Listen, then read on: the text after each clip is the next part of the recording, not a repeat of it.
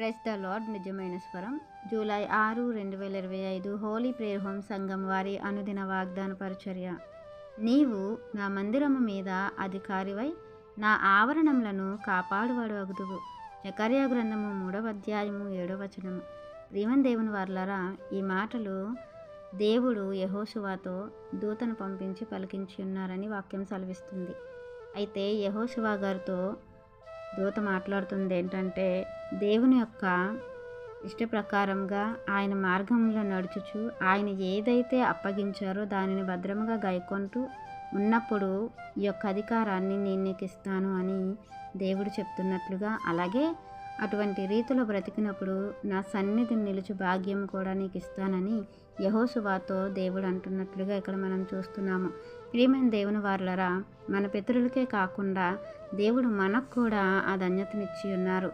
ఆయన అప్పగించిన దానిని మనం భద్రముగా కాపాడుకున్నప్పుడు ఆయన మనకు ఇచ్చినటువంటి ప్రతి కట్టడనైనను ఆజ్ఞనైనను ప్రతి మాటనైనను మనము అనుసరించి నడుచుకోవాలి, వాటిని గైకొనాలి. ఆ మార్గంలో మనము నడిచే వారంగాను అలాగే నడిపించే వారంగా ఉండాము అని వాక్యం ద్వారా మనం కూడా గమనించుకోవాలి. ఒకసారి మనం చూసుకున్నట్లయితే రోమీయులకు రాసిన పత్రిక 12వ అధ్యాయం 1 నుంచి 2 వచనాలు మనం చూసుకున్నట్లయితే అక్కడ అంటున్నారు, కాబట్టి సహోదరులారా, పరిశుద్ధమును దేవునికి అనుకూలమునైన సజీవ యాగముగా మీ శరీరములను ఆయనకి సమర్పించుకొనుడని దేవుని వాత్సల్యమును బట్టి మిమ్మును బతిమాలుకొనుచున్నాను. ఇట్టి సేవ మీకు యుక్తమైనది. మీరు ఈ లోక మర్యాదను అనుసరింపక ఉత్తమమును అనుకూలమును సంపూర్ణమైనది ఉన్న దేవుని చిత్తమేదో పరీక్షించి తెలుసుకున్నట్లు మీ మనసు మరీ నూతన మగుట వలన రూపాంతరం పొందండి. ప్రియమైన దేవుని వారలారా, ఈ వాక్యము ద్వారా మనము మన జీవితాన్ని దినదినము నూతనంగా పరుచుకోవాలి. దినదినము కూడా దేవుడు చెప్పిన మాట, మీరు నూతన సృష్టి అన్నట్లుగా మనము క్రొత్తగా దేవునికి ఎల్లప్పుడూ కనపడాలి. ఆ క్రొత్తదనం అనేది లోకానుసారంగా కాదు, కానీ దేవుని మాట చొప్పున పరసంబంధమైన జీవితాన్ని మనం జీవించాలి. ఎందుకంటే మనం ఈ లోకం నుండి ప్రత్యేకింపబడ్డాం. పరసంబంధులుగా పరిశుద్ధ జనాంగముగా మనం ఉన్నాము గనుక దేవుడు మనకి అటు ధన్యత ఇచ్చినందుకు ఆయన మన మీద పెట్టినటువంటి పని భారాన్ని మనము చెయ్యాలని వాక్యం సెలవిస్తుంది.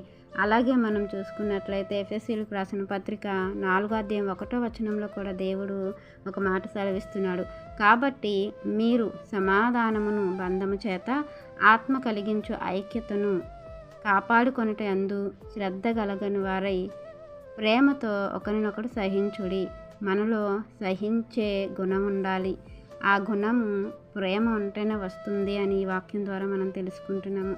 అట్టి రీతిలో మనము ఐక్యత కలిగి సంఘాన్ని బాగు చేసుకుంటూ కాపాడుకుంటూ దేవుని యొక్క మందిరము మీద మనం అధికారముగా దేవుడు నియమించే నియమానికి తగినట్లుగా ఉండాలని వాక్యం మనందరి జీవితంలో దేవుడు ఫలింపచేయాలని ఆశిస్తున్నవారు దైవజనుడు బ్రదర్ పి నెహెమియా గారు. God bless you. ఆమెన్.